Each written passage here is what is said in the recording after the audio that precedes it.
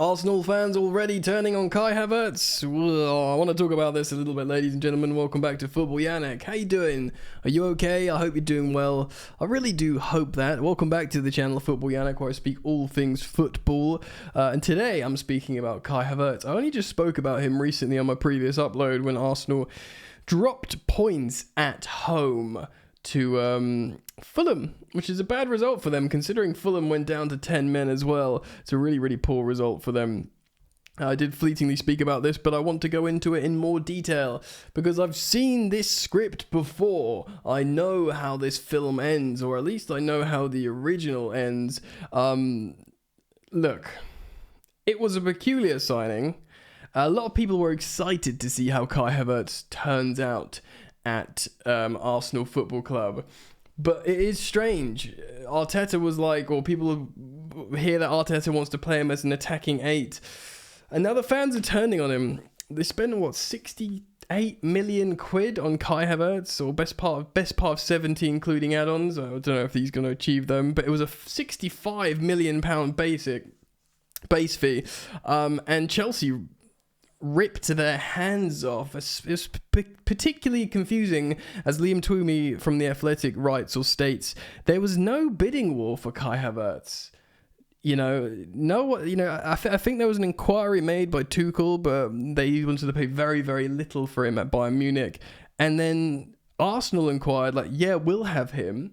And Chelsea said 65 million quid plus add-ons, and they went, okay. And Chelsea went, thank you very much. Now, Chelsea's value for Kai Havertz left on the books was £24 million in terms of what they had left amortised on the books. So in terms of their finances, their books, selling him for 65 plus, it's a huge financial juicing for Chelsea Football Club. Incredible, really. And it's just a massive, massive outlay for Arsenal. Now, from the Chelsea perspective, they were thinking, all right, whatever. They're probably planning on having him. He's a talented player, and we'll talk more about that in a moment.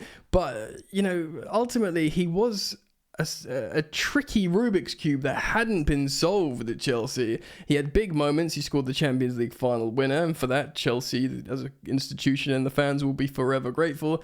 A few clutch goals along the way, and some silky moments.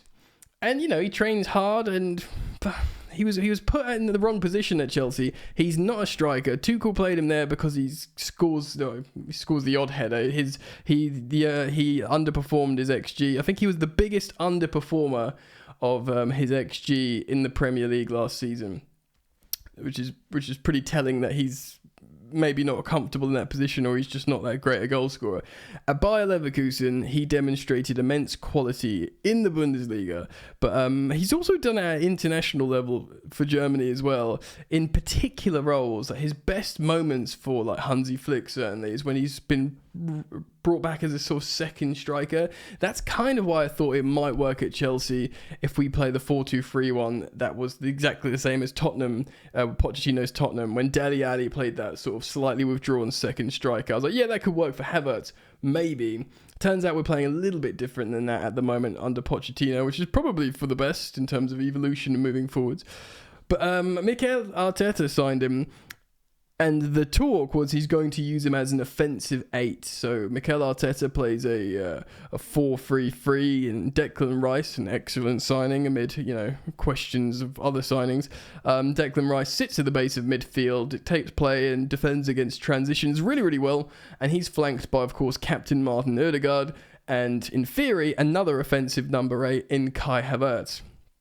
Now, we've seen him play as a striker in pre-season for Arsenal, but also when they're trying to defend a lead, they'll bring on a more defensive player like Jorginho. They might keep Declan on and then, take off a striker to bring on, say, Jorginho, and just move Kai Havertz up and say, right, just be a false 9. But he's not a false 9. Like I said, he gets bullied. He does win the odd header, and he tries hard, and he's not like a wuss, if that makes sense. I know he looks a bit like dainty, but he's not a wuss. He will get stuck in. but he doesn't like it. He's not a Mikel Antonio. He's not a Diego Costa. He's not actually any centre forward. He likes to sort of float around in the half spaces. So I kind of get why, in theory, if you're dominating the ball, as Arsenal try and do, the number 8s like Martin Odegaard and like Kai Havertz will get opportunities. But Odegaard is often more withdrawn. That's why he's slamming these long shots all the time. And maybe there just isn't the space between the lines that Kai Havertz likes to operate in when you've got that so much of the ball. And to be honest, he's a problem. He's this like Rubik's Cube of a player that I still don't understand. And, I absolutely subscribe to the fact that there is immense sort of unique in particular talent in there. But he's a player that you've got to try and accommodate somehow. And that's at the highest level and increasingly in the Premier League, you can't have like passengers like that. Now, I'm not writing him off. He's still very young. He's got Premier League experience and he's had good moments in the Prem. And he's not scared of physicality. I just think he doesn't operate well with it. So what do you do with him? Do you play like a 4-2-3-1 and make that particular number 10 behind the striker a role where he can operate like that? If you're going to dominate the ball all the time, does that even work for him? Will he end up even like continuing to start for Arsenal? It's really interesting. Look, they'll think, okay, look, he's useful, right? Because you can move him out wide in a pinch. You can play him as a striker in a pinch. And we'll see if we can continue this, offensive 8 idea for him. And similarly, another one of our high-profile sales, Mason Mount and Manchester United, again, loads of, and that's pure profit on the books for 60 million. It's great sales, great business, really.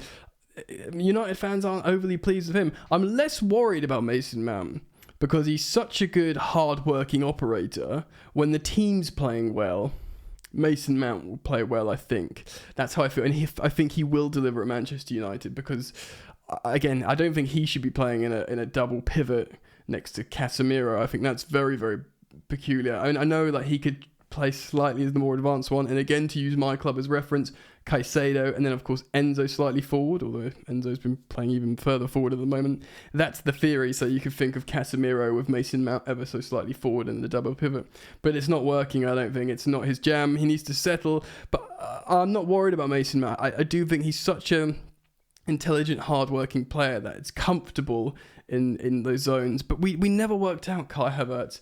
Now, is it fair for the fans to turn on him? No, because he's not just going there for a payday, and he wants to play football. Look, he left Chelsea. He probably very thankful his time at Chelsea. He won the Champions League, Super Cup, Club World Cup, and grew up a little bit and settled in London. So he'll absolutely look at that as the right move. But he doesn't owe anything to Chelsea. He's just another, mercenary. You look to, apart from Mason Mount, you look to your homegrown players or the players that come very young and they're Chelsea fans, like Caicedo and Wesley Fofana are like two recent young international signings for Chelsea. I'm using my club because it's my point of reference. They are Chelsea fans and or pictured in Chelsea shirts, and you kind of get that. But you're thankful for these players that have made a big difference, like your Kai Havertz, your Diego Costas, but they don't owe anything to Chelsea. So he goes to Arsenal and he wants to try and win with them. He says, look, they weren't smashing it in the Premier League last season. They seem to be on an upwards trajectory, loads of other young players. Good for my career, probably do well there. It's not his fault that it's not working. It's the fault. It's the fact how your sporting director's manager says, yeah, we'll drop 68 million quid on this guy and I'm going to fix him. I'm going to play him this way. I'm going to do what Chelsea could not. I mean, if you do it, fair play. And then, it will be worth the investment. But at the moment, I'm not so sure. But it doesn't mean the fans should turn on him. I don't think this is Kai Havertz's fault. I think it's a systemic issue. And I think it needs to be resolved by management. Anyway, I wanted to talk about this. Let me know what you guys think. I look forward to reading your comments. And remember to like and subscribe to this channel if you enjoy the content, because I'll be back every day to talk to you.